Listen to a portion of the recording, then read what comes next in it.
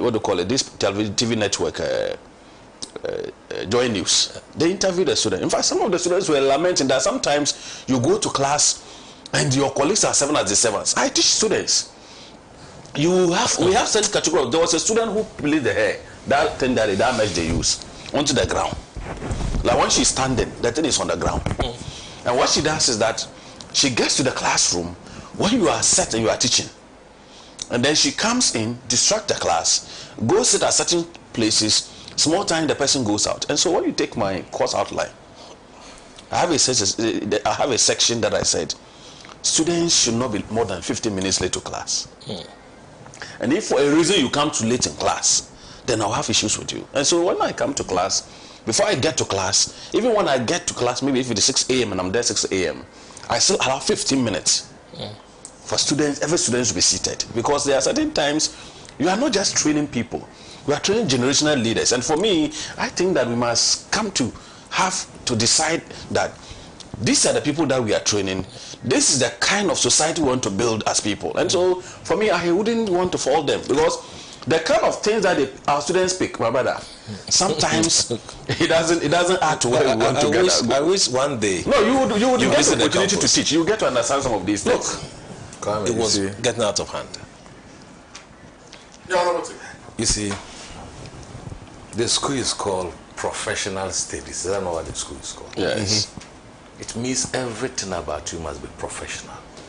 Before you accept admission or you append your signature to any document, you accept the terms and conditions of that document before you go. If you feel that the campus will subjugate you and put you under pressure not to do that, then you don't accept. Like he said, it is part of the admission letter that is given to them. You don't accept the rules, go and do otherwise. Even in the United States, where we talk about people have freedom, recently the United States Congress invited technology experts and took them on. They took them on, all those technology big guys. What is their names? The United TikTok, they took them on seriously because technology was destroying the cultural fabric of the United States people. You cannot do that. Look, even at your law that you're talking about, there was one girl called, is it Governor? Who was Ama Governor? Why was Ama Governor not allowed to graduate with her people? Because of indecent dressing. At the law school. And beyond that, they had to plead. Later on, I think she got it also. No society allows its citizens to be corrupted by the indecency of a group of people who are so adamant to change. What do you gain from that? Look, and one thing they do not know is that after school, when they apply for jobs, they will go to the digital footprints and look at your code of dress when you were a student and deny you even scholarships. You cannot even get to go out, no matter how brilliant you are. Look at the issue that happened at Achimota school, the Rasta guy. Yeah. The issue that happened was just because there was a headmaster who didn't want to see a Rasta fellow. Yeah, that was not that the Rasta student. The issue was religion. It wasn't fashion. Yeah.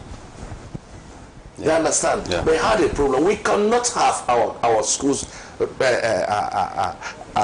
corrupted by this. And you say that it's culture. The issue of depot, the issue of whatnot, is a culturally and traditionally accepted norm of displaying and expressing your cultural beliefs and religious beliefs. And in that mood, when all of them dress and come out, we do not look at them as nakedness. We rather look at them in terms of what they are being ushered into the, what you call the womanhood or the poverty rises. So we do not look at them lustfully. Or we do not look at them in terms of their sexuality, but we admire the cultural way in which they die. It's replicate all over. For me, I think that. Thank you guys. I think that. Let's now move on to discuss the main issues. Abletman North Rerun, MPP cites EC for contempt of court. Suspended Chief Justice takes case to ECOWAS court. Target only needy students under no fees stress policy, Professor Ayite. These are the topics we've tabled for our conversation this morning. Let me remind viewers that we are streaming live on Facebook and on YouTube. For those of you who are inclined to send us messages, please do so via our WhatsApp or Facebook or text or Instagram or Twitter, and we'll read the messages here for you. Let me start with Doc on, and I want to start from the last story. Target only needy students under no fees stress policy, says Professor Ayite. Okay, so does it sound familiar, especially with the free SHS? Yes, that's what it sounds very familiar. So normally, most people who look at the economics of cost on governance are of the view that government policies should be hinged on one, need basis, and two, should be based on priority, and three, should be costed. These are some of these alarms that have been sung onto these are phrases, if you remember. And so when government came with this no stress fee program, the concept was that students who perhaps have enjoyed free education, parents have stayed aloof for some time for not paying monies, and all of a sudden these parents were to pay some colossal amount of money to get their children to have access to tertiary education. These parents, some of them might have, because of sometimes I call it free riding for a long period of time, they get used to it and they might not be able to provide for their children. And so there was a need for, as the artists where the government said, to provide a leverage for them to be able to have access to tertiary education. But unfortunately, most of people who are of, let me say, not economics background, most people who are very much educated and look at how skewed sometimes in terms of government decision that is jet toward a particular goal, they think that the government should rather be looking at those who actually need it, and that there are certain people who can actually pay. But you see, if you're going to have a government policy, there are two things that you can find. If a policy is very discriminatory, it also serves as a cost on the government. How do you decide between two competing interests? One, those who say that they can pay, let them pay, and one, those who say they cannot pay, let them pay. These are very, in fact, the attempt to even decouple that is also going to be difficult. We have some parents, they may have money all right, but they are unable to pay, because they will tell you that since everybody is enjoying it free, the state is supposed to cover all of this. And so the cost of even alienating those who benefit and they have the opportunity to pay is also very, very expensive for the state. Let me give an example. When we were growing up, they talk about free education in the North. I am a beneficiary, and it was not entirely free when most people didn't know. In fact, we were supposed to even pay some amount of money. I remember because of 15 Ghana cedis, I had to pack my things and leave the boarding house when I was in second year. 15 cedis, I could not pay the 15 cedis. But at that time, my guardian, who was my grandfather, was in the village. And in all those days, you didn't have telephone to call him. And so I had to pack my things and go back home. So entirely, it was not everything free whilst when we were in the North. But even with that, we had people in the southern sector who changed their names to come to the North to benefit it. Most people didn't know. We had people who were in the southern sector, they bore names, southern names, and they had to change their names and come to benefit it. So it tells you that human beings will always want to enjoy something free as and when it comes to them. But for me, agreeing with what Prof is saying could be that the government would have to do that necessary checks to even know beforehand those who are going to the school. But that's not what the policy is supposed to do. The policy is supposed to be like an enabler to do away with a bridge between those who are finishing senior high school and want to get into secondary school and those who are already there. But if it is that those who are already there, then their family history would have told us whether they are able to pay or not. But unfortunately, if you look at those who are coming in, they are coming in. And the government wouldn't have the stress to know, to profile all of this before they are giving the money. And so the cost of alienating them is also a cost on the state. But for me, even if I would say the whole Ghana, we should have free education from all levels to tertiary institution.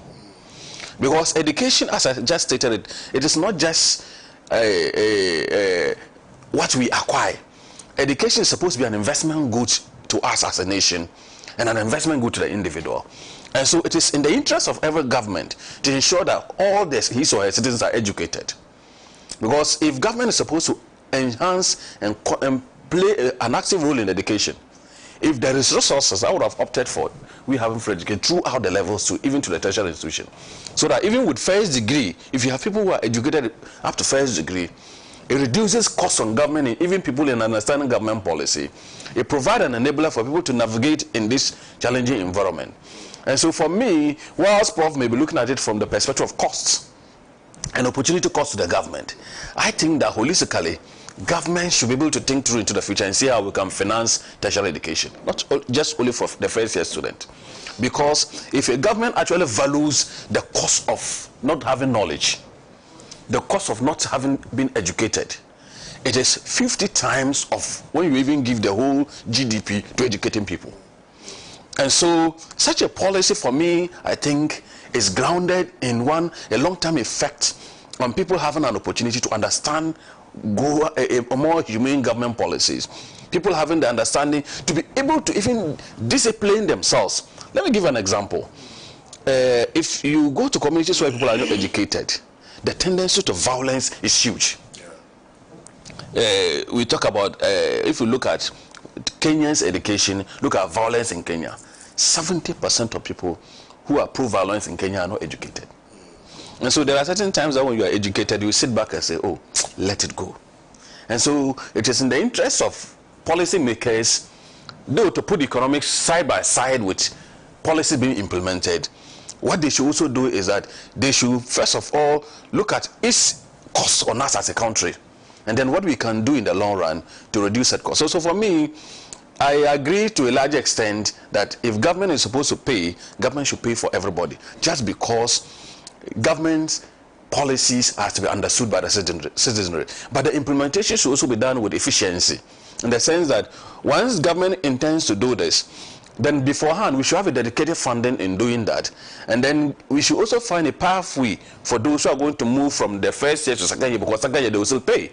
And so the government will begin to now do consolidation of families, that if we give you free education for the first time and your award is going to the second year, you will have to contribute. And another layer I'm also looking at it could be that we should find a way by, in the long run, government, society or families can contribute their quota to education. Even if it's not paying school fees for their children, at what level can families contribute their quota to education, said that we will have to be able to solve issues that we have with education, not just sit alone. Let me remind my producers that I'm not discussing the MPP matter. I'm discussing the no-fee stress. So please change the topic on the screens. I don't know why you are not listening or you are not watching. Change the topic on the screen. That is not what we are discussing. We are discussing the no-fee stress policy. Please.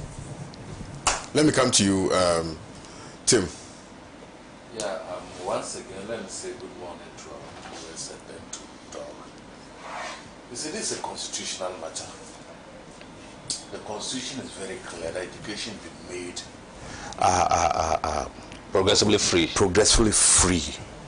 So we are embarking on what we call constitutionalism, allowing the constitution to work. For a long time, these provisions have not really been brought to fruition. And we have to capture it in our manifesto because, look, in reality, we all are parents, or in one way or the other, we assist our siblings to attain higher education, but normally at what cost? And one of the most critical periods in years is always when the people are moving from the basic education, that which includes secondary education, into tertiary education. The first year fees is very critical. Even some parents who sometimes are working like public servants, they find it difficult. So we thought it was a thought-through policy and an innovative policy to give parents some respite in the first year, so that we can allow all students who are qualified and duly admitted to go to pursue tertiary education. It should not be your inability to pay should not be a barrier to attaining tertiary education once you are qualified and so on. So based on this, we thought it wise. But you see, It has been done, it has been implemented. The prof is saying that we should narrow it strictly to needy students. Brilliant point too, and just like the free HSS, these issues came up for discussion. I remember the implementers of free HSS somewhere along the line advocated that, especially Ken Oforiatta and other people, that why should people like they who can afford for their children and other children pay for free HSS? But once a policy is being implemented initially could have these challenges, but as we continue to roll on the policy and it becomes part and parcel of us, and the state begin to get its finances right, there will not be anything wrong if we continue to support the students in that way. I am even thinking that it might not even end there, and it should not end there. After the first year, we can begin to sieve out and get proper data on the students and their sources of sponsorship, so that we graduate it. As you move forward, some of them might even need the fees throughout the 4 years or the 5 years or the 7 years, and I can cite so many examples. For instance, as we said this morning, there's this, I think that time you were not on set, there's this brilliant young guy who completed St. Hubert's in Kumasi. Brilliant, he had everything, a brilliant guy. He couldn't go to the medical school because he was asked to fee paying in tech. The boy could not go, he had to stay 1 year. We try to assist. As I talk to you now, this boy is in Cape Coast. We try to get fund. I went there myself, and we had a program that invited all the get funds, what do you call it, managers to the program. And your professor Abednego was there. He presented a paper I remember at the Ghana Academy of Arts and Sciences. We were all there. I attended the program. I wasn't invited, but I took Sangaba there, but I had to intervene to ask a question in that. And we were told that no student has been discriminated. We have followed up to today. I'm talking to you. The guy has not had scholarship, and yet we are supporting this guy and so on. The guy missed his first year because he could not pay. If he had entered the first year, probably the other years the parents would have mobilized. And this, a young man from my village and so on. So it is critical. It is also good for us to zero it down. Parents must also support good policies. There are some parents who are so rich to the extent that their riches they are even supporting other people. They could voluntarily, even in the face of public policy like this, say that, look, I can take care of my children. There are parent-teacher associations from which we can glean from it, parents who have the capacity to be able to continue to educate their students and so their children. So some even send them to overseas countries where they even pay in dollars, pounds, depending on the schools they go. They go to the prestigious schools, even in Ghana here, that pays dollars. I cannot imagine such students who pay dollars in GIS, and then they also come and join a whole mass of people whom government wants to support. But for a first year implementation of a program like this, certainly you can get these issues that you need. It will be difficult to separate it.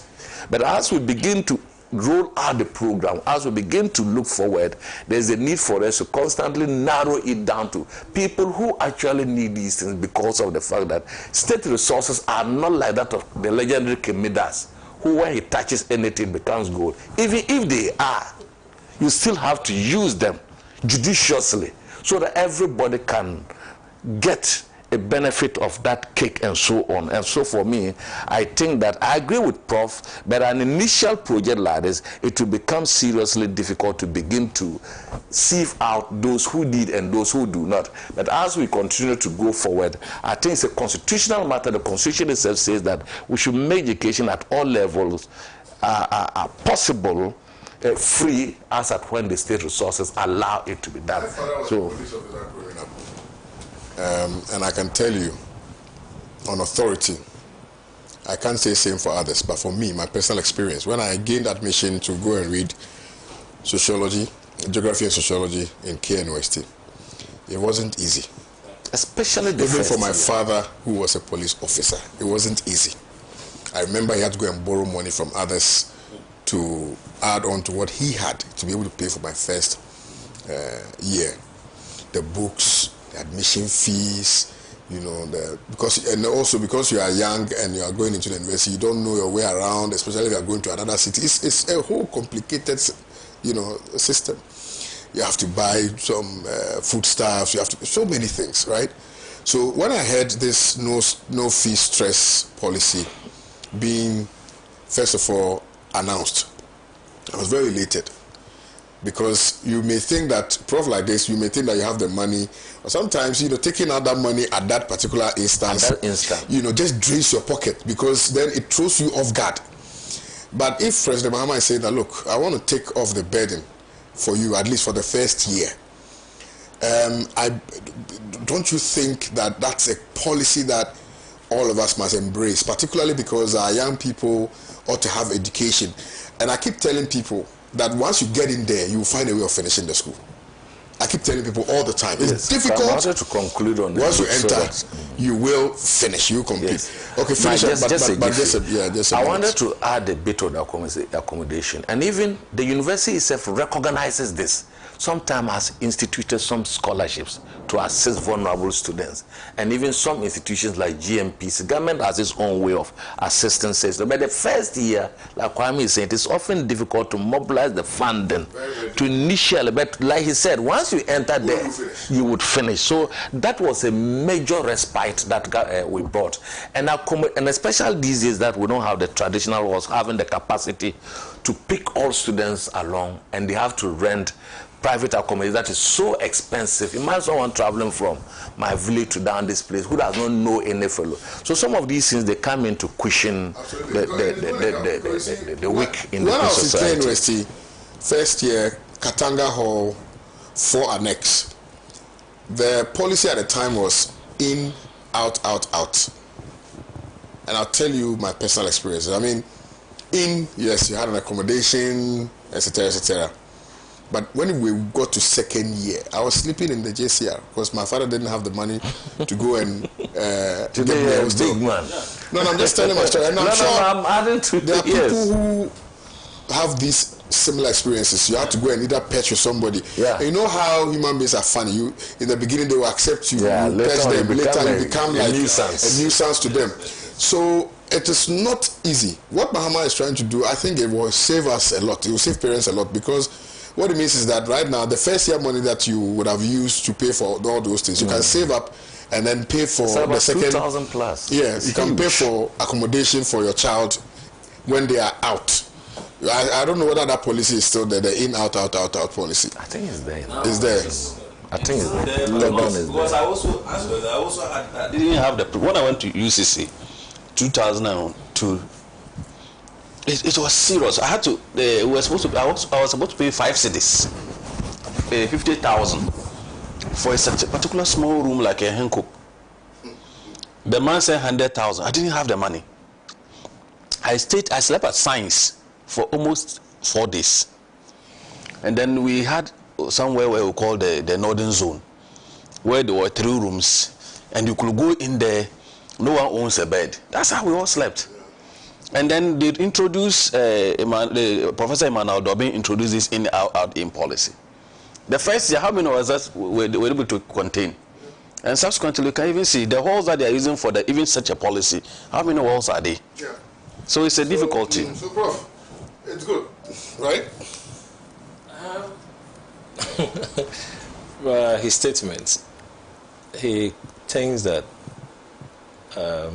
we should take care of the needy first. I mean, that's what he says. What is this whole thing about? In any day, anything about education, I'm on record to have said that I always want to support.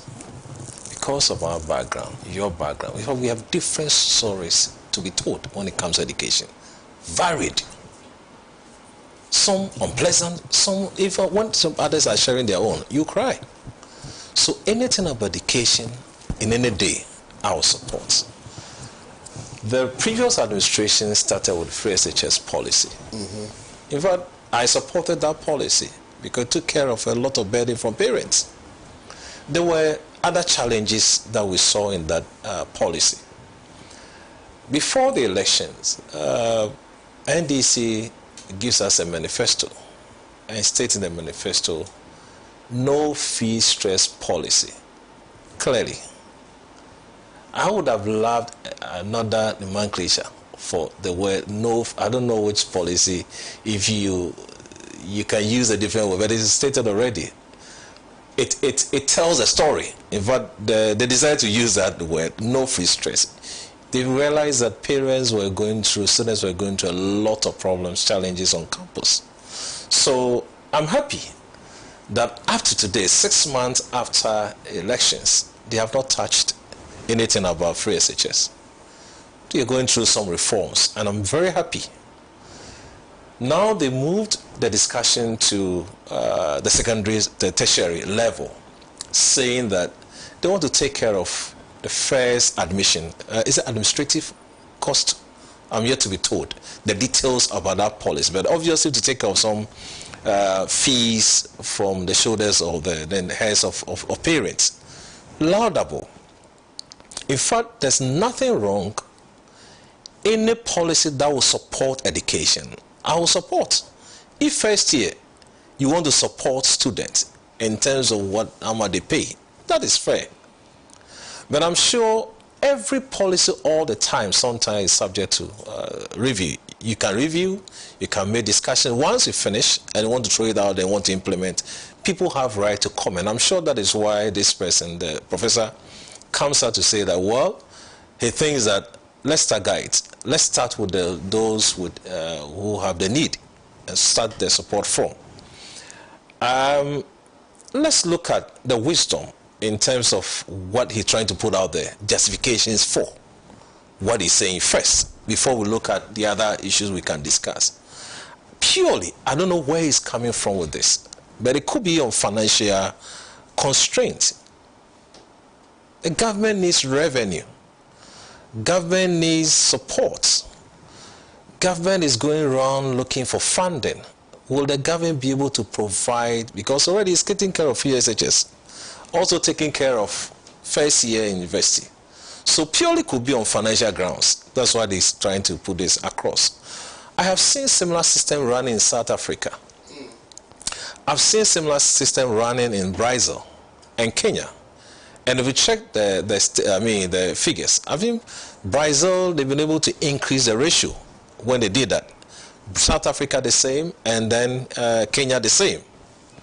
But there are times things that work for, or in other jurisdictions, obviously sometimes will not work for you. And that is what we must not forget. In talking about this, there are so many issues maybe you might have taken into consideration, like the free SHS. I can tell you a number of issues that we had, the previous administration had. Have they studied those issues? We are yet to be told. But my challenge and the departure from his view, which I don't support, the need-based education. Ghana, we don't have any centralized poverty database. You can't make any meaningful assessment. Well, that's valid. That's valid. On which ground can you say, I need, you don't need, you want to pay? We don't have that system until we get there. But now we don't have. But if you want to review, we can review. I will wish we have that data. Then we'll be able to determine. You cannot. You can. You cannot. I can. That's the best way to analyze it. Until then, going to be the same thing that we were talking about. But has the fees been paid now? Yes. It's been paid. Okay. Full amount? Oh, that's good. I think the 2,900. I saw on social media some. It's not just for 100,000 people, not so. You see, it's not at complete variance with the policy that I wrote, Ghana Rural Aging Support Program, which was intended to provide some monthly support to the aged in the rural communities, because now government is paying for this. So if you do the calculations, about just 100,000 students, we are looking at 2,000 per student, correct? 2,000. My mathematics is terrible, but that's about what, 2 million or 20 million? 20 million. 20 million. Yeah. And anyway, I don't know. I'm struggling to see our policy direction as a country. Yeah. I'm struggling to see, because you see, it appears that we don't have coherency in terms of the direction of this country. You know, in terms of I mean, let's have an open mind and discuss this. devoid of any affiliations. The reason why I'm saying this is because we already have a system or a policy that is attending to the needs of the younger generation, which is the free SHS. That is in existence. I can agree. I mean, the university policy is also very good, right? It's a game changer. I've given you my personal experiences and the things I've done. But if we are looking at that side, don't you think that it's about time we also looked at the aged and the elderly? Maybe because my policy is available, I've given it out. I gave it out. Okay. A policy that will look at the difficulties that our mothers and fathers in the rural community are facing relative to, for instance, health, relative to their needs, which in my own estimation and per the research that I did, it's not much, right? So I don't know, but I just want us to broaden the conversation a little bit and not limit it to no fees, no stress is better. Brilliant idea. But people will work, people will grow, people will age. When they age, what is the country doing for them? That's something that I want us to really discuss. Maybe you can help me expand on my policy a bit. Yes, sir. When we went to the Academy of Arts and Sciences program, that at the time his vice chancellor presented a paper, of which I had to come in. No, it was the previous one. The topic for discussion was Get Fund Fit for Purpose. It meant that Get Fund was sick somewhere, and we had to make it fit for its purpose. What were the objectives for the setting up of the Get Fund? You see, Prof said that we don't have a centralized database, poverty database. I don't know what, with all due respect to Prof, what it meant, but I know that we have some data. It might not meet the quality and the quantum with which Prof is expressing this, but the data in this country, GS, they have household. GSS have that data, Yeah, and it was based on that data the LEAP program came. You understand?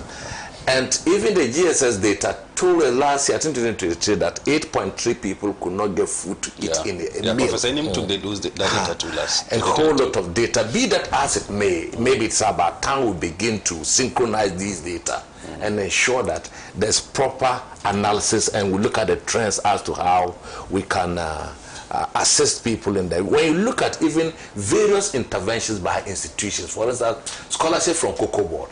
Do we really give the Cocoa Board scholarship to the cocoa farmers? Yeah. GNPs has also established scholarship. Do we really, what the initial thoughts that came into the establishment of these scholarship schemes, are they being used properly for the purposes for which it has been done? Sometimes the most influential people in society, most influential people and politicians benefit from this. You remember the case of is there a special aid to the second lady, Samira, who was asked to go, and then it's replete. We can go get finance, go there and see those benefiting. Is it capturing Kwame's village boy, Prof's village boy, my village boy, and so on? People who are in the top echelons of our society, rather, who can benefit from these are the people. I think it is like corruption. There's no definition for it. Yes. And so what Prof has indicated, perhaps we must begin, and you guys are researchers, you must begin to look at the possibility of identifying who a needy person is and what's the catchment area. Because you see, anybody who applies for Get Fund scholarship, okay, so when I apply, I've applied. You can't, they don't, I'm not sure they do any background check to ascertain the veracity of the information that has been put on the platform. People think there's a conduit to stop free money. It's not even about that. Yeah, that is what people may still have the money, but think that once they are Ghanaians and they qualify, they should be able to apply for Get Fund so that they can save their money. So that's the point I'm making. So maybe you guys should note. You know, there's a because you're not the one actually who's speaking, but you want to still on some note. I think I was the one. No, you were not. It was Professor Bwedi. Okay. But we gave you, so you end on that note. I was saying that I was saying that currently there's a bill before Parliament. I've been privy to look at some aspect of it that has brought all the scholarship under one umbrella called the Ghana Scholarships Authority. So that bill seeks to bring all all the scholarships, harmonize them under one umbrella to enable the scholarship really go to where they are needed and due and so on. Haruna Iddrisu is doing some great job. Yeah. But he needs his PR team ought to do more, because I mean he's doing a lot. He's done a lot. The But PR we're not seeing.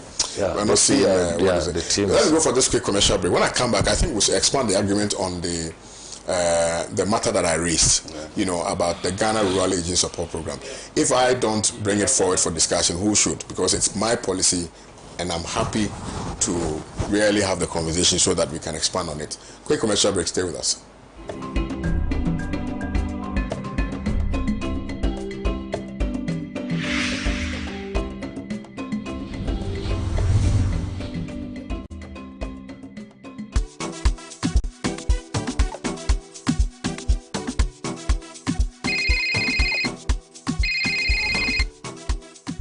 Hello, Madam Bola. How are you and how is Lagos? Come Lagos Deo. How is Accra? Accra is fine. We can't complain. Are my fabrics on the way? Yes, I hope my money is also on the way. As we speak, my accountant is sending money to you and others at GCB. Money joins.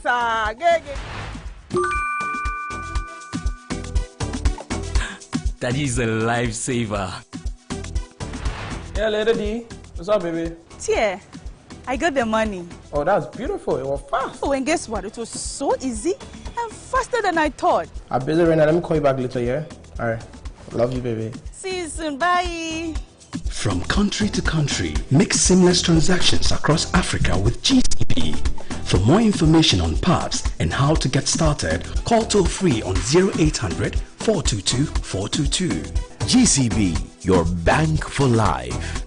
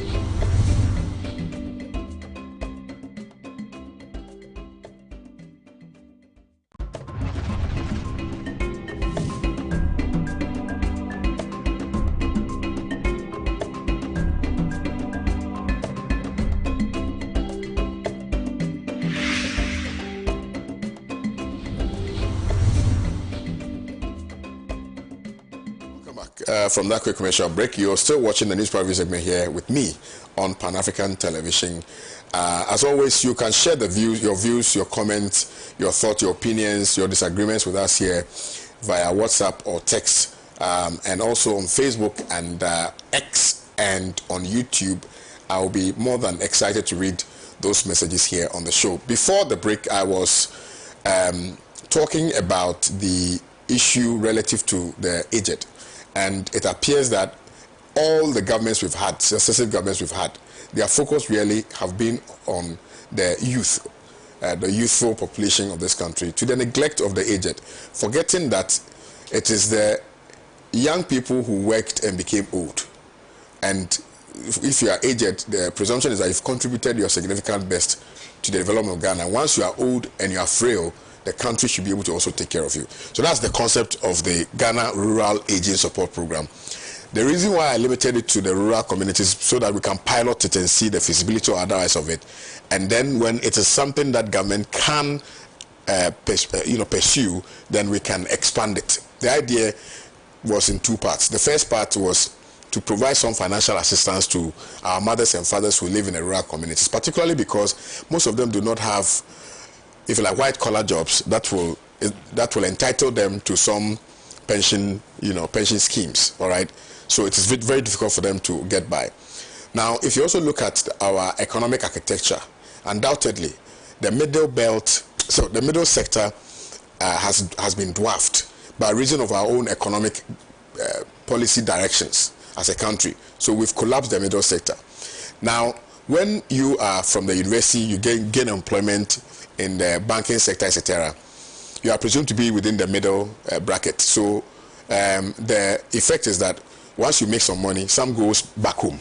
So you're able to take care of your parents, you're able to take care of your siblings, etc., etc. Now that layer, in my estimation, has depleted. So people are no longer able to send money home, etc. So then government will take that burden off. Once government takes that burden off, then as young as you are, you can work and be able to build something for yourself. So that was the first policy. Payment to the aged people who are above 60 years, 200 Ghana cedis, you know. But of course they would register, so we would have the Ghana Rural Aging Support Program under maybe LEAP or something. You register, you are given a specialized card, yes, and which is renewable every year. So God forbid, but when you die, you will not be able to go and renew. So automatically, money will not be paid to you. Your name will be taken out of the system.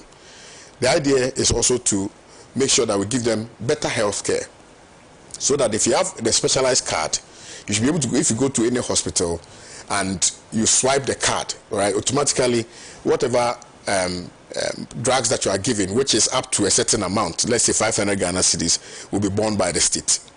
If it exceeds 500 Ghana cedis, it will be borne by maybe the National Health Insurance Scheme or something like that.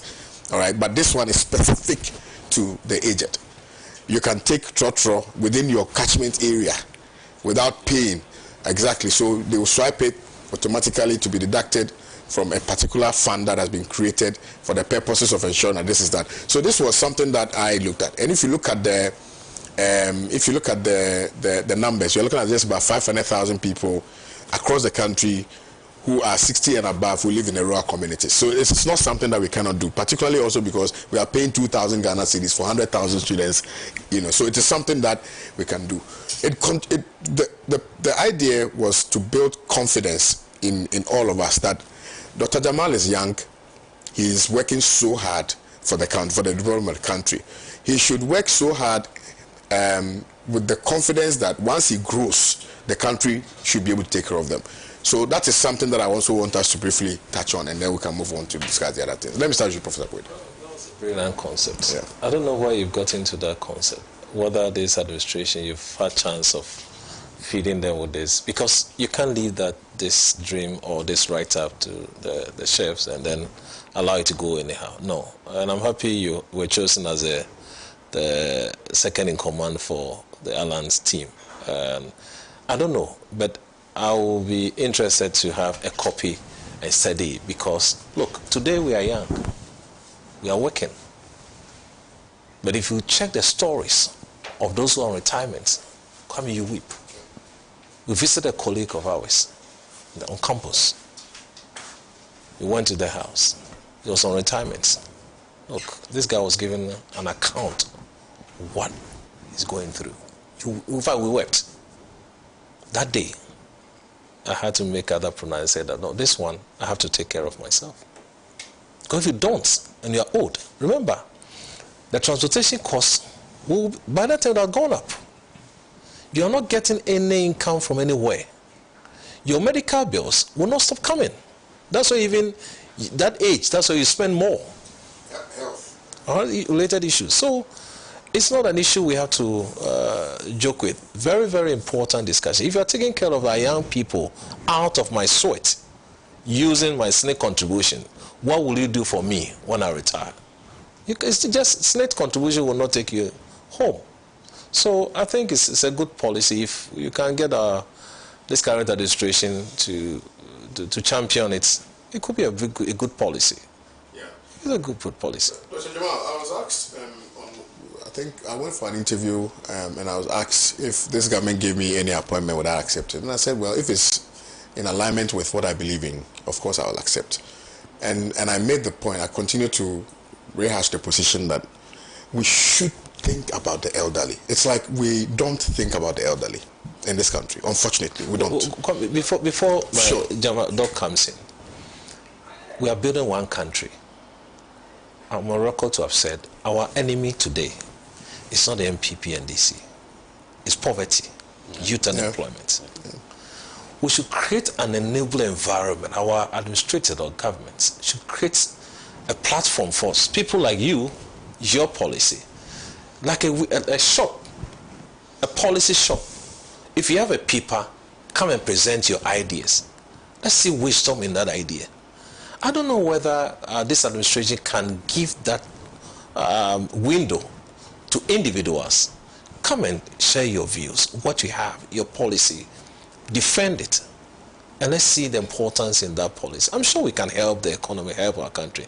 This, I've not thought about this before, but through your submission, at least I have an idea about this whole policy.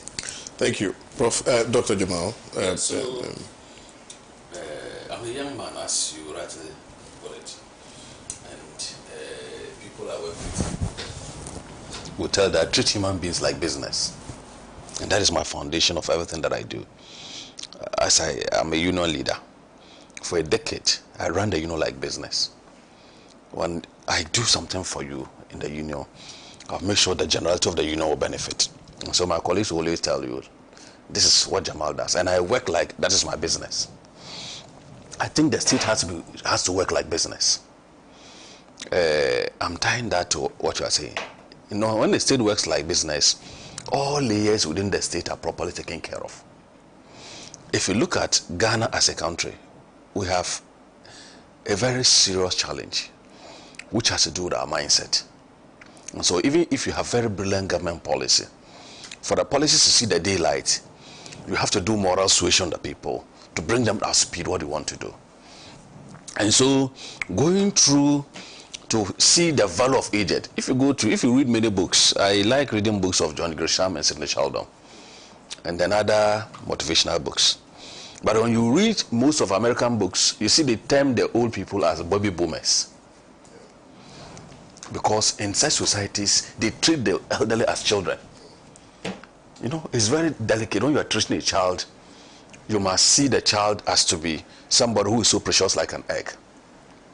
In developed country, I've also watched movies like the Doomsday Conspiracy, or maybe law-like movies, where you will see people challenge the court system because they think that TV programs that are done are not even sufficient to keep the elderly safe in the society. Yeah. Right? And so it tells you that societies where many people, elderly people are taken serious, it means that policies are going to be humane. Policies are geared towards a process that people feel that when I work my heart for the system and I go home to rest, the system will take care of me. But unfortunately, if you look at Ghana as a system, in fact, as I said, we are just in our, just getting to our late 40s. And you begin to ask yourself a question. So when I retire, how am I going to look like? Because you used to see our people having to live in a mechanical solidarity society where my grandfather would walk like several houses away from his house. For them to even carry his food there, they will eat, they will congregate, they talk, and when the time goes past, then they'll come back and sleep. These days, development has outpaced us. But the question is, what will the state do to take care of us? This policy that you see is very brilliant. When it is even done now, we have a lot of ghost names in it. We have a lot of ghost names. Look at LEAP. Ghost names. So the issue is that the society has to be run like business. Ghana as a state has to be run like business. All steps that we do, we should have monitoring mechanisms. At the end of the day, that policy that the government has implemented, we can easily be able to monitor, cost it, look at sustainability, and we'll go into the future. And so for an elderly to be taken care of, it's not like laxity, where the state will just say, I would love to take care of an elderly person. No. I think it's a right, a fundamental human right that we must begin to think through. And that before the state just provide those financial benefits, the state has to do a lot of moral suasion. It is high time that we all come to think about that. Resource acquisition should not be just an end in itself, as people will see these days. Resources should be such a way that the state can distribute its resources fairly, that people who are within this catchment age bracket would feel that, look, I will get the benefit, I will have support. Look at the developed countries. They have where they keep the elderly people, the state take care of them. And as you are saying, this child system where people pick, it's simple. Where I used to live in Canada, I remember we had an aged home close, They have their card. They have some money loaded into their card. You pick let's say a bus. You get to the train station. The bus has a terminal there. You get down, use the same thing to get to the train. You go wherever that you are going to get to. At the end of the day, the state makes sure, and there were even houses to understand that it was very expensive as an aged person to work. I remember there was this man. He was telling me that it was in Nkrumah's time he left Ghana, the Black Star Line. He said he was what they call. They were selling the boat, the ships. He was a captain, and he dropped off in Canada, stayed in Canada, and retired in Canada. I remember one day I was with him. We were talking, and he told me that, Jamal, I will never work because even though because of his expertise, if he goes to do one work, he will get off from the benefit he gets from the state. And so, if the state begin to see this vital part of our people very important, and that we must take our social welfare very seriously. Look at the breakdown in our social welfare system. All this we are talking about is about social welfare. People become social welfare officers. They come in, they work normal like any other people. If you go to developed countries, universities, let's use United States of America or UK. Social welfare officers are even more powerful than doctors. Yeah. They're very powerful. And to understand that even the police, everybody fears the social welfare. Whenever you hear the knock at your door, and it is a social welfare officer, because there are kids in that house, or grown-up elder people in the house, you see everybody running helter-skelter. Why are they here? What are they coming to do? And so we must see social welfare. So it is going to be a total haul of the country, from even academia, where we train people to become social welfare officers, to where we think that these are the functional roles they have to do, and how the state will fund these policies. And so holistically, I think that such a policy is very beautiful. The state will even have to do moral suasion on the people, for us to not just handle them like we handle a normal business. The state should run as a business. And I believe that if we do this, you begin to feel that people will kill themselves for the work. Because at the end of the day, people think that if I go on retirement, it is me against the world. And because it is me against the world, I will steal from the state. Therefore, responsibility and integrity it doesn't matter. But when you go to other jurisdictions, people see social welfare system as an inalienable right that the state has to provide. And therefore, the state will not even do certain things to even go against the state, where the state will be bankrupt and they cannot be taken care of. Look at even unemployment benefit in developed countries. As a safety net, societies think that, look, even if someone is not working, and you don't find a way to cushion the person, the society will be in trouble. Look at social vices that would have occurred. But here, you go to the street, you see elderly people just left on the street. I think the state must be very serious and deal with some of these things. Let's take our social network systems seriously.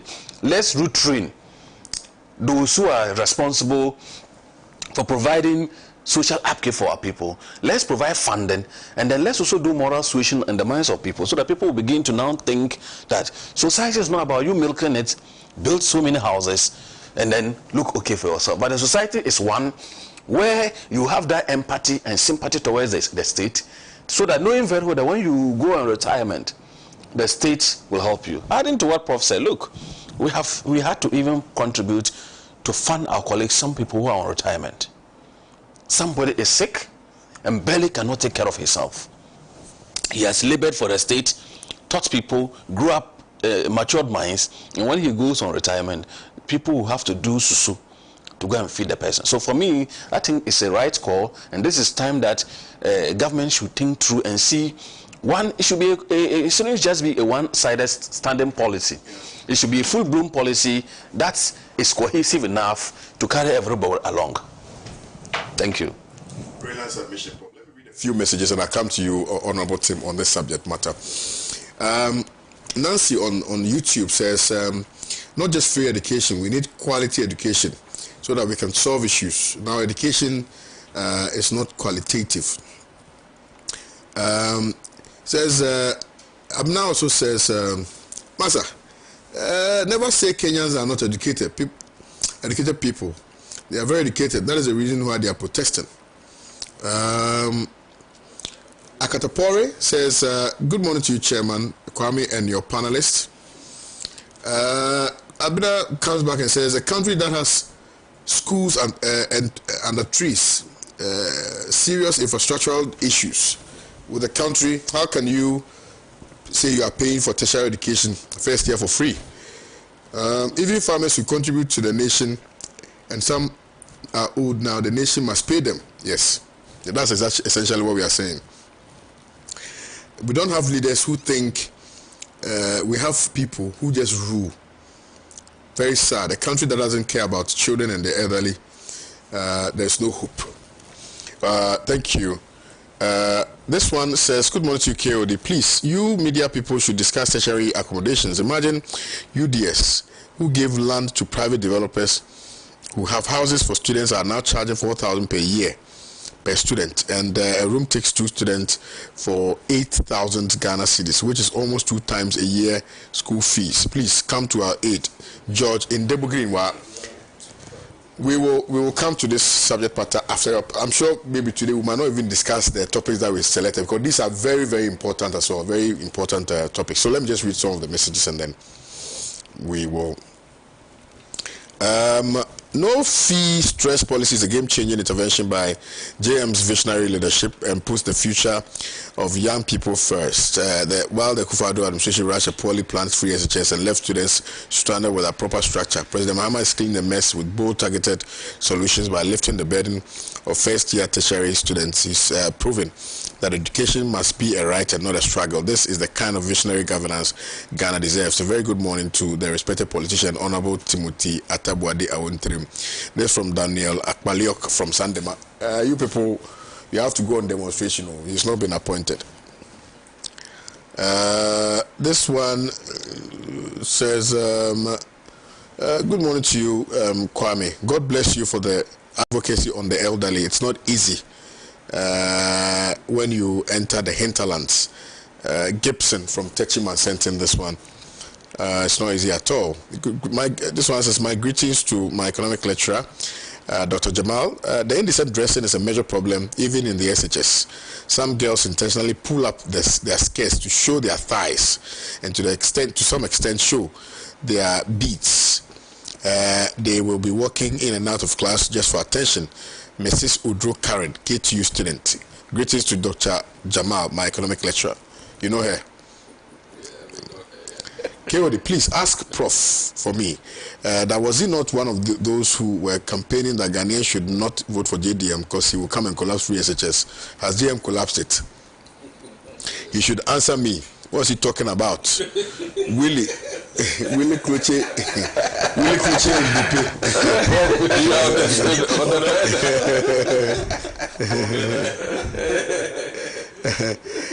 Mr. Host, you were a refugee at school just like me. Jojo Abam, my brother.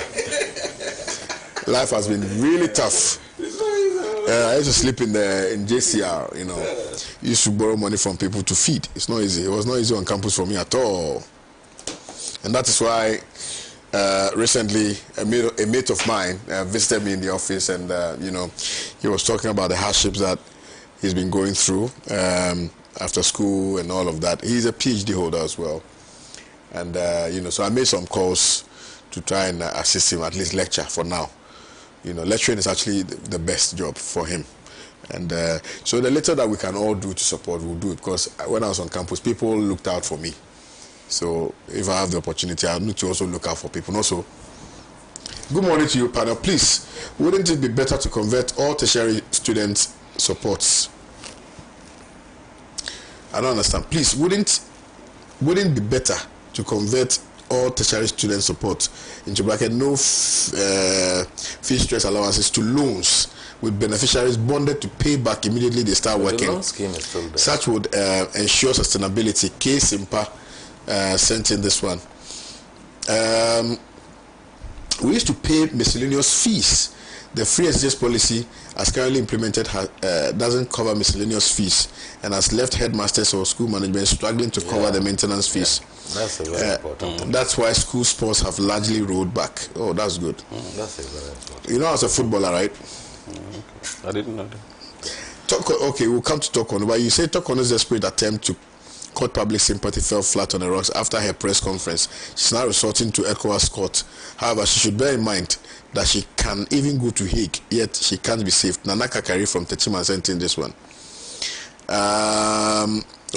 This message we're talking about when the topic did not, on screen, did not reflect what we were discussing. Good morning to you, Kwame, and your able panelists. Please, I would like to plead with you, kindly use your platform to inform the Minister of Foreign Affairs and Regional Integration that the following portal for passport online registration has not been functioning for almost 2 weeks now. I called their line 0302 75 4200 to make a report last week, but nothing has been done about it. This is really highly frustrating. Thanks. From Kojo Inteshi.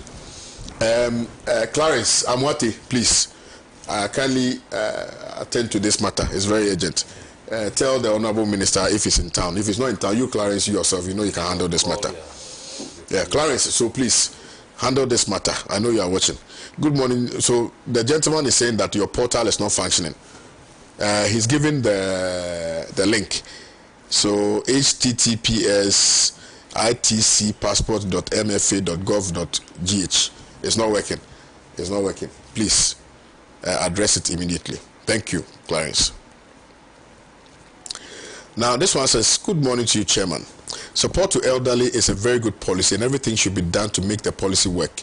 You have to send it to Parliament for a debate. Thanks. This one says, good morning, panel. Why did JDM criticize the former president that he should have prioritized the needy, but he had no fee stress, did not prioritize the needy, but all students?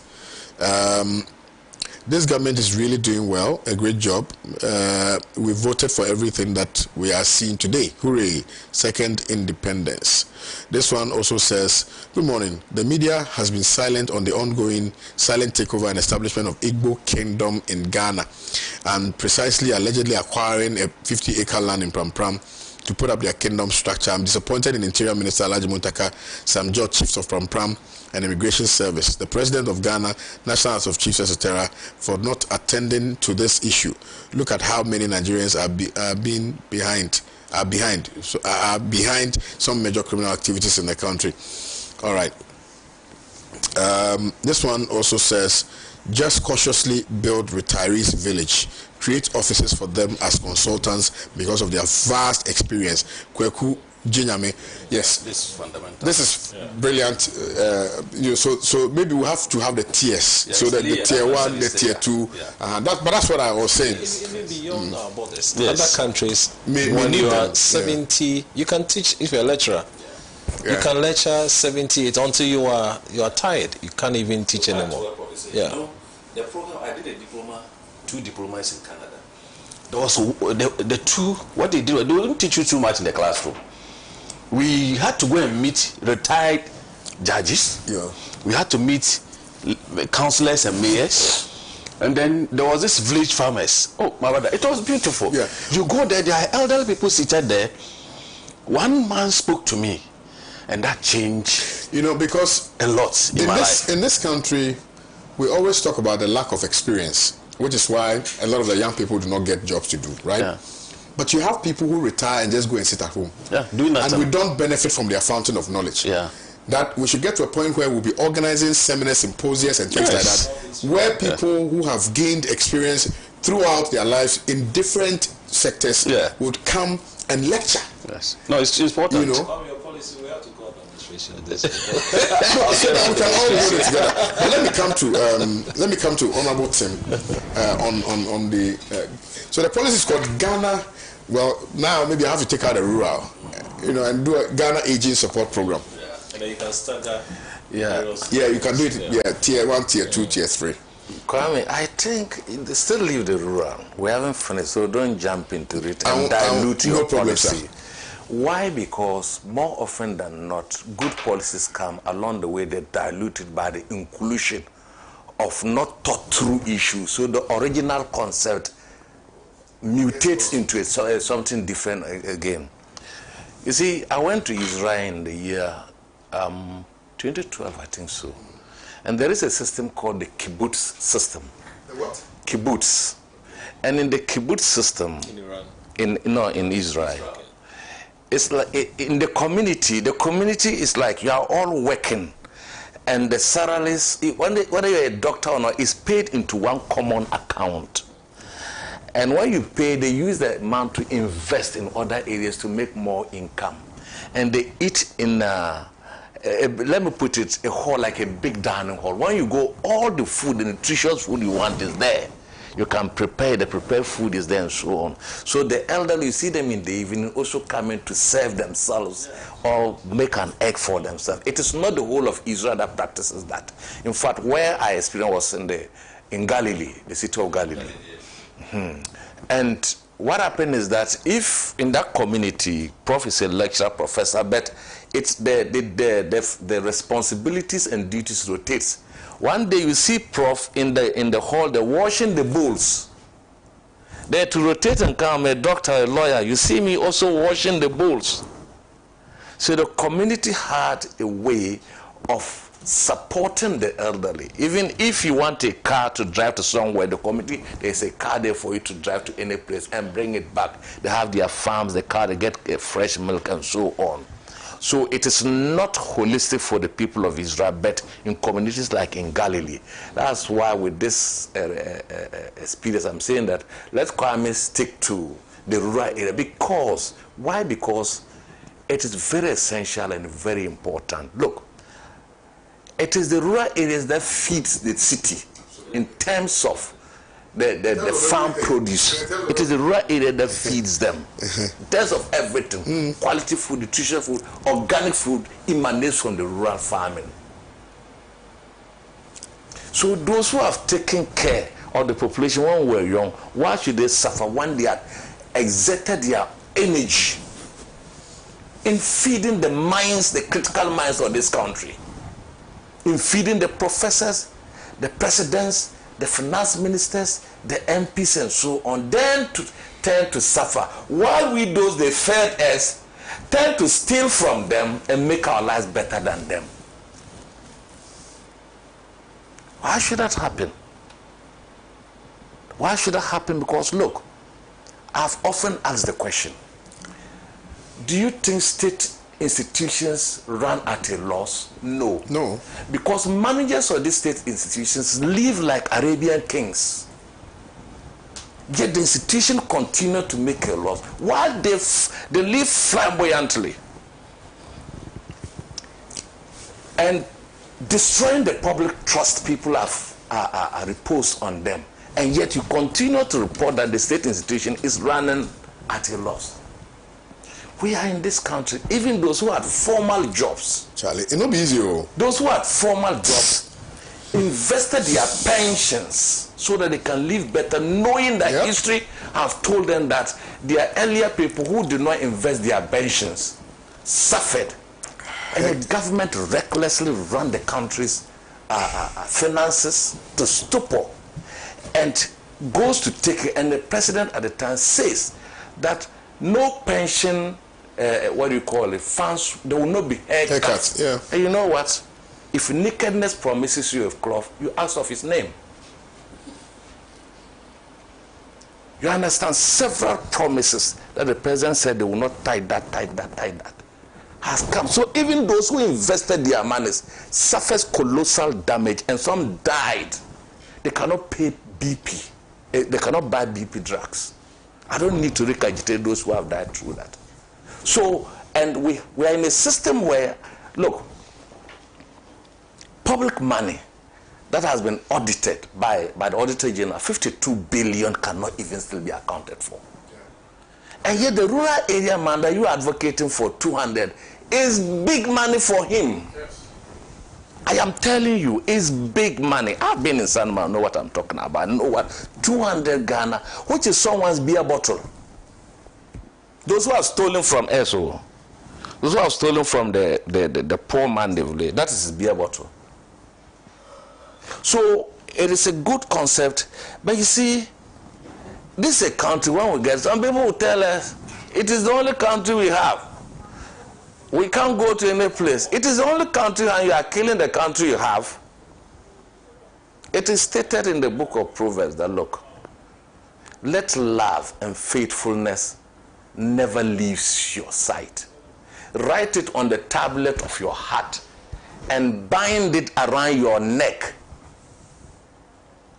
So if indeed we love our people, we love the elderly, we are working for them. Ghana is the whole country we cannot go anywhere, we shouldn't destroy it. And we have first class, second class, third class, Z class citizenship. Yeah. Then where are we going? What is our independence for? No, my belief in the in this ultimate support for the elderly was fortified when I went on the campaign. My belief was fortified when I went on the campaign, and when I saw the state in which the elderly in the rural communities live. I was scandalized. I was moved to tears. That the very basic things, very, very basic things, even though they are in a communal setting, they could not afford. And I'm thinking in my head, here we are, driving the V8s, filling your car every week. You don't spend less than 1,000 Ghana cedis. Yeah. All right? And we are saying that we cannot design a policy which even takes, for me, and take me on anywhere, that if I'm asked to pay a tax for the purposes of providing relief to the elderly in the rural communities, I, Kwame Usudanso, I will pay. I will pay. If it is just for us to, for example, Doc, you're a lecturer.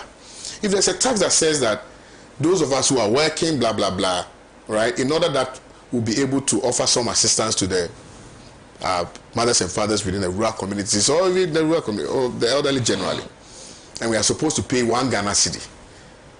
1 Ghana cedi, or if you buy fuel and 1 Ghana cedi is added even as the elderly tax, or 10 pesos as the elderly tax, to build recreational homes, to give them proper health care, to give them some small financial support, which would take the burden off. Because you see, most people are in Accra struggling to make some money to take care of themselves, but they are still thinking about their mothers and fathers in the rural community, their grandfathers in the rural communities. So most of them are moved to committing some offenses that ordinarily they would not have committed. So there's a whole value chain that we have not averted our minds to in terms of this whole equation about taking care of the elderly. Which I like the argument that you're advancing, really. Yeah. That we must not necessarily box ourselves to the point where it will be difficult to now think outside the box and see the kind of benefits that are really in our faces, which we are deliberately being oblivious to, in offering support to the elderly in society. When you embark on campaigns, Prof, if you are a real human being, right? And sometimes that's why I weep in silence, really, because you meet politicians, you engage with them, they have been on campaigns, they have seen the conditions that our people live in, with the roads, the water that they drink. I'm being emotional right now, I'm sorry.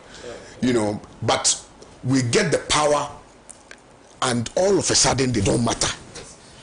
Kwame, let me add something to you. I'm just what you saw on the campaign was just the tip of the iceberg. What also matters, which we have forgotten, is that the society has not taken steps to actually deal with some of these things you're talking about. Let me add to what Honorable was talking about. You see, where you went to in Israel, you mentioned the name Galilee. In fact, I received a scholarship there to go and they do short programs. In fact, this diplomat, that's what I as a leader of a think tank, that's what I've been doing. I travel to other countries and I do those. And I was also given that community has a semblance with some community in Canada called Antigonish. Yeah. You heard of Antigonish? They run the same program. Is it a Hamish? So I've been to Antigonish. What they do at Galilee is that they have a university that has a specialized certificate programs for this one. So they have all elder community moving from everywhere in Israel to that place. If you come to Antigonish, where you are talking about, I cooked my food when I was there. Yeah. So we have the community, even the richest person in even Antigonish He owns Dollarama. He invited the whole elderly in the community. Because the university is set up, it was set up by one man called Moses Cody. In fact, the Israel adopted the concept. And what Cody talked about is what KOD is talking about, where he thinks that the elderly matters and their influence on society matters. So what they did was that he set up a school from San Francisco University where I went. And then they begin to treat social issues, or let's say individuals who are grown-ups, children, and their vulnerability in the society as a matter of state. And so as we speak now, the Canadian government sponsors them. And so they will give you can apply now, they'll give you scholarship. You apply, you get a scholarship, you come in, and there are days you eat with the elderly. They have a big hall, you have your card as we were talking about. We all go to the dining there. You will know, nobody knows anybody. You see the community people, they will look at you. Before you go there, they will announce that this year we are bringing, in Ghana we're only 2. Myself and a certain guy was sponsored. And when we went to do the diploma, you end up interacting with this elder, you don't know them. Then they will ask you questions about Africa. You ask somebody, so, oh, I was a judge. Wow. And you all be eating, oh. You ask somebody, you say, oh, I was a mayor. Oh, I built this road in this town. And the person is very old, so you will be speaking. So they will intentionally set you up. Normally in the class, they set you up, so they will come. Today, we are this group. I did what we call promoting accountable democracies. And so they will come and set you up with the mayors. So all of us in that class, about 12, they don't pick more students. So about 12 of us, the whole world. They'll give different, one from some countries will get 2. Then they'll set you up with the elder people. Kwame, your brain will blow up. I remember I met one mayor, and he told me that, and you come, you'll be eating, they will bring a chat flip in the dining hall. And then the mayor will eat small, go and draw something and ask you, okay, so how do you think an ideal society should be? Then he gives you his perspective. And I don't know, the Canadian government watches, pick the ideas of these people and develop Canada. So when all of us interact as we are interacting here, they pick the ideas that come from us. So the institute develop a blueprint and share with the government of Canada. So what can Canadian government do that? And so some of these things don't happen by chance. They happen because there is a deliberate policy that the government actually wants to do. And so Galilee like this, for example, I wanted to do a program on agriculture. They gave me sponsorship. They made me write why I needed a sponsorship, and they publish it everywhere. And so I remember I could go to the internet. My write-up I have done, they did a video of me, but I couldn't go because of flight ticket. But I was supposed to go before I get a flight ticket, and something happened I could not go. So for me, to add to what Honorable is saying, the government must take a deliberate policy. That is 1. 2, specialized institutions like UPSA, University of Ghana, could set up institutes where we could have people who have gone off public. Yes. They come there, and you see those specialized courses. Yes. Okay. So let me have. So you see, and you know those people. Mine is just the skeleton. You see, those of us who were you have eating, to just meet and freshen it up. See, those of us who were maybe present it eating, to mama or something. I don't know. Those of us who were eating. Do you know that at the end of the day, the lead facilitator of the course took the number, the Senate number, the number they used to pay in Canada, all their numbers. And even I remember 2 of them opted and said, no, you won't take anything. When he said, the woman insisted that no, the government has paid for it. And so, after dining with them, they made another night for us to meet with all. Oh, it was so fun. Time is up, but one thing that I'll come to you and then we'll wrap up nicely. So, like he was talking about going to some of your colleagues that got pension. Look, I'm a former MP, and we have an association, I'm the PR. We went to meet our former, especially those who came in 92. Wow. The quantum of nostalgia, if you meet them and they say they have been a legislator, you would weep for them. One of the MP, one of the former became a gate man, opening a gate for some. Can you believe the extent of humiliation and deprivation at that level? You would not believe it. And when I tell you, you weep about what we saw out there as former MPs. You wouldn't like to be an MP. And like you're talking about using the experiences, what haven't we got in former MPs? What type of knowledge don't we have? In Finland and other areas, former MPs are used for as a think tank and so on. You can go back to teaching, you can go back to any place, you can share knowledge and experiences to a young one, especially we're talking about indecency dressing and so on, and its impact on our society and so on. So there's time for us to harness this experiences that is wasting away. But that should be born out of the policy. It should be born out of the policy. Yeah. The policy need to be discussed. The point that I wanted to make really has got to do with even our culture.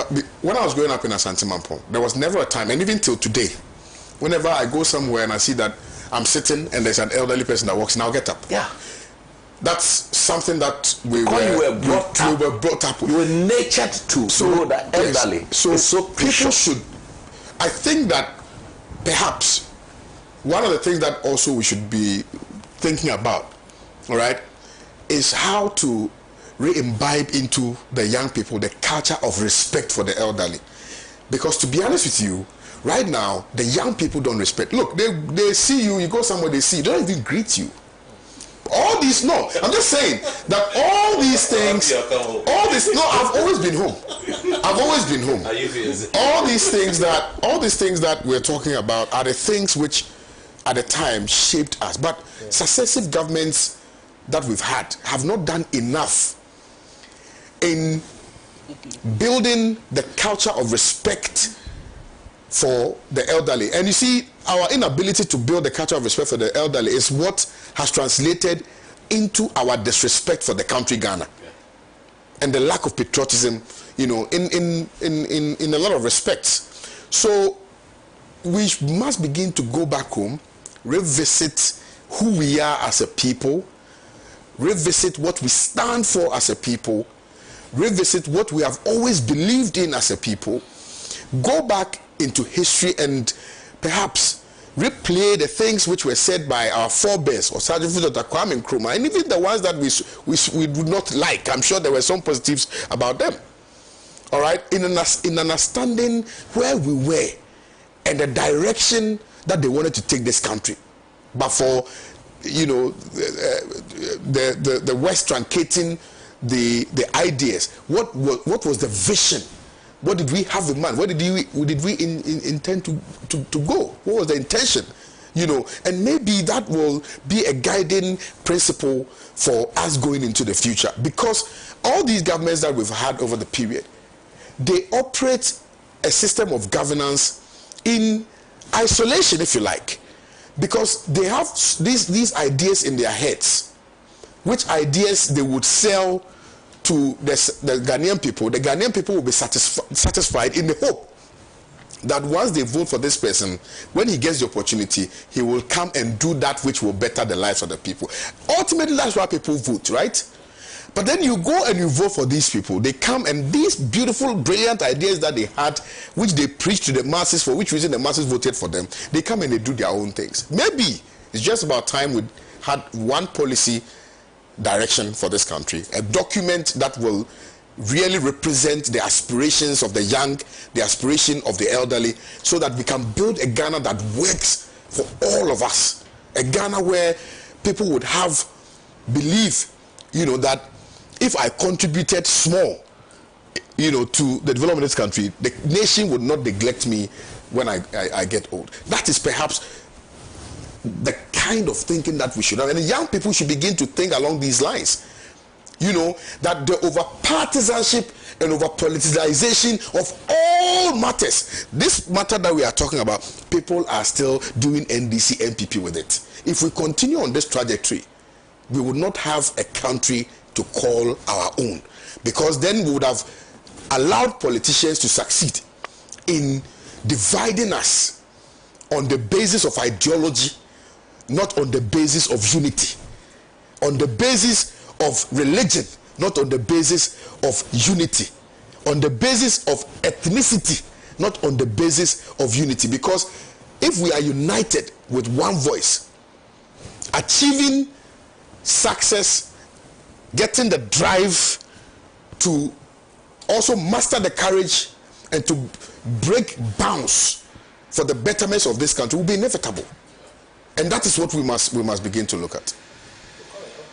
Today we have been emotional for this topic. I don't know what is happening today, but I'm happy you brought a very sensitive topic. And I started in the morning, when we started, I said our common enemy is poverty. Yeah.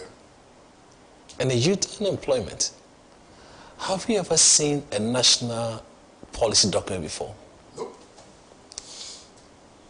Over the years, I've not cited one before.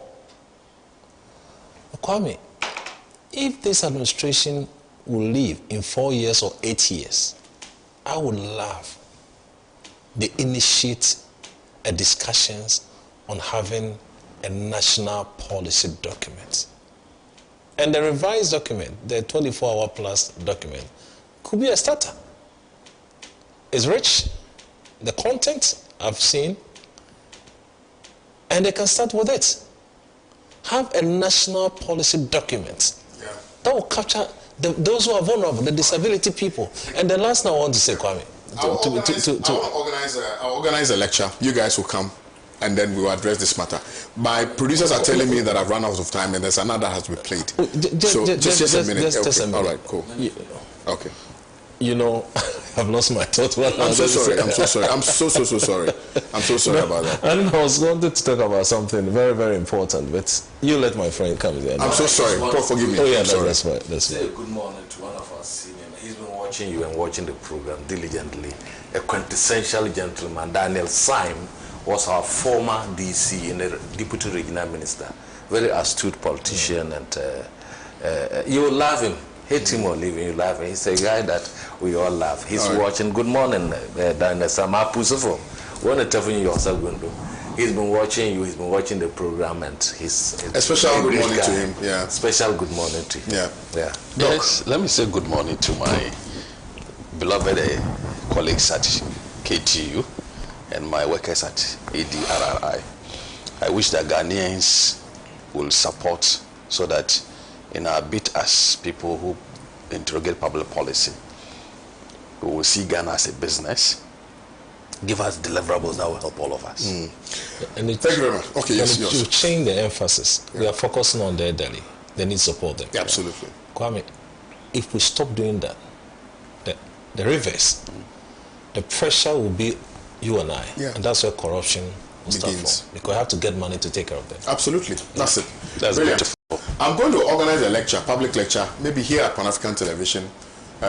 We can have a lot of the time to ourselves and discuss thoroughly, some of the policies that we think would help better the lives of all of us in this country and further advance, the democracy that we've been enjoying. 2 messages and then I'm out of here.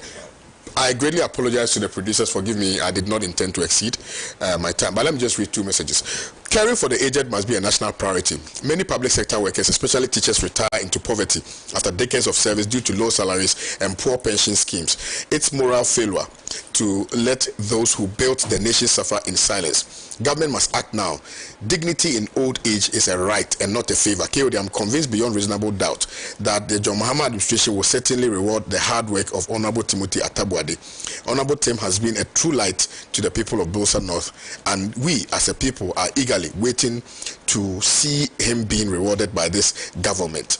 This one also says, good morning to you, Lawyer KOD. Since politicians took over everything about Ghana, we eat and drink politics. Respect for the elderly and patriotism has been thrown to the dogs. BB from Musuku, I couldn't agree with you more.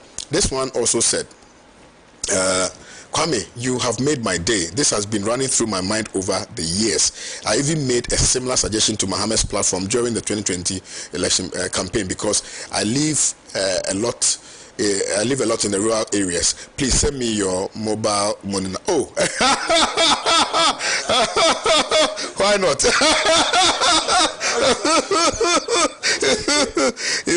Why not? Hey, good morning to you, Master. The paying the tax for the aged is not the issue. Some politicians who are corrupt will steal the money. That is the issue. Albert in that one. Albert, I agree with you, but I think that also we have to make sure we insist on the declaration of financials. What I mean by that is that, for instance, the oral that we are talking about, the Attorney General came out to say that some people are paying back. There must be a specific account dedicated to that, so that quarterly or whatever, every month or every 2 weeks, the Ghanaian people will be updated how much money has been paid, even if they are not going to mention who has paid the money. I'm sorry. Yes, some people are paying. Yes. So they are paying back the monies, but we don't know how much they are paying. So there must be an account, an official oral account that must be created for the purposes of collection. Then we know that, okay, this month, this is how much has come into the coffers. This month, that's what we should be doing. And all the agencies, those who are supposed to run for profit, they must update us. It is a right. They must update us how much money we have made, how much money we have spent, what is left, so that the Ghanaian people would know what Ghana is a business. What you understand? And so, yes. Good morning. The idea of taking care of the elderly is fantastic, but will our leaders effectively and efficiently do the needful by making the funds available to the elderly? Kwame, I am a teacher at the basic school with an MPhil in educational psychology, both first degree and masters in marketing management. Kwame, I want to be in academia. Can you help? Please, text me. I'll speak to my friends here and see what they can do for you. All right? Okay. Finally. Honorable KOD, you are fantastic. Homeboy should appoint you for minister in charge of elderly. Baba from Sagnarigo in Tamale. I'll be glad. I'll be extremely glad. Imagine me as a minister in charge of the elderly. They have to set you up. And having you as my advisors or as my because I don't want to run a ministry. I want to run an agency where I would have a board that thinks like me, that is passionate about the elderly, and that can give ideas that will further advance the cause of the elderly in Ghana. I would be more than glad to do that, to serve Ghana in that capacity. It's not about money. They can even decide not to pay me, maybe just buy fuel and give me small allowances. I will do the job. I'll see you guys tomorrow. I thank you very sincerely for watching today's edition of Good Morning Africa. I apologize to my producers and technicians for finishing the show, closing the show late. But also it's because of you guys. You made me start late. So if I finish late, you should understand. I should even have finished 10:22 because that's when we started. We started at 8:22. Anyway, I'll see you guys tomorrow. May God continue to guide all of us and give us the strength to carry on. Make our country great again, prosperous again, and make our leaders begin to think about the aged in this country and do the needful. I thank all of you. God bless you. God bless me. God bless our homeland Ghana and make us great and strong. Bye-bye.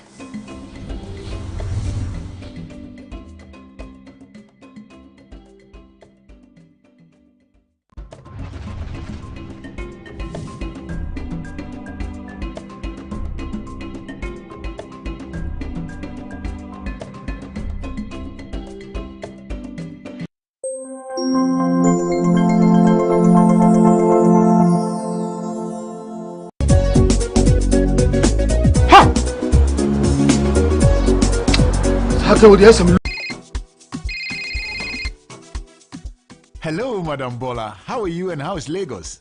Kwame, Lagos day. How is Accra? Accra is fine. We can't complain. Are my fabrics on the way? Yes, I hope my money is also on the way. As we speak, my accountant is sending money to you and others at GCB.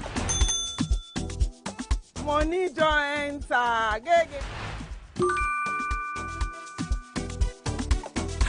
Daddy is a lifesaver. Yeah, Lady D. What's up, baby? Tia, I got the money. Oh, that's beautiful. It was fast. Oh, and guess what? It was so easy and faster than I thought. I'm busy right now. Let me call you back later, yeah? All right. Love you, baby. See you soon. Bye. From country to country, make seamless transactions across Africa with GCB. For more information on PAPs and how to get started, call toll-free on 0800 422 422. GCB, your bank for life. Ha! Hata udia some local fast.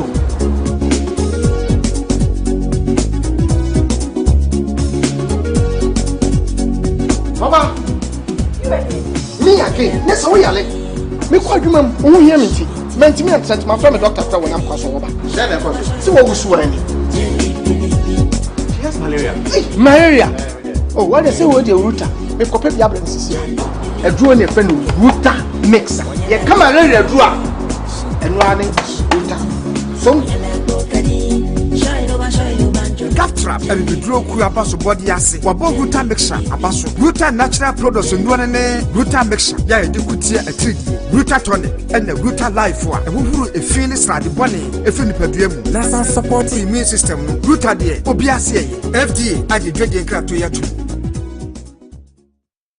This is Swift Africa.